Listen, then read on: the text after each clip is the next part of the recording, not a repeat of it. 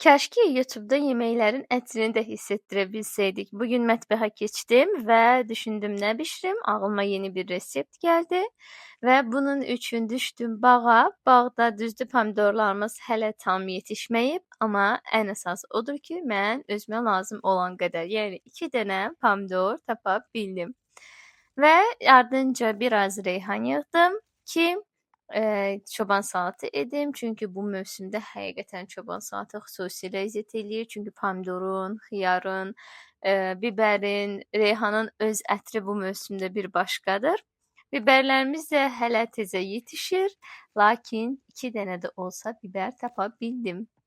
Və bu arada bu badımcanlarımdır, amma çox xırdadılar hələ, tam yetişməyiblər.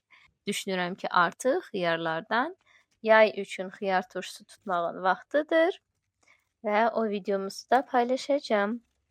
Və keçirik mətbəximizə və ilk öncə əti götürürük.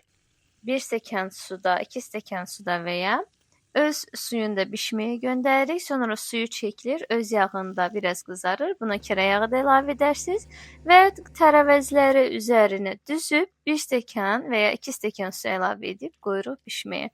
Həqiqətən çox ləzzətlidir. Məncə sınamalısınız. Abunə olmağı və rəy yazmağı unutmayın. Hələlik.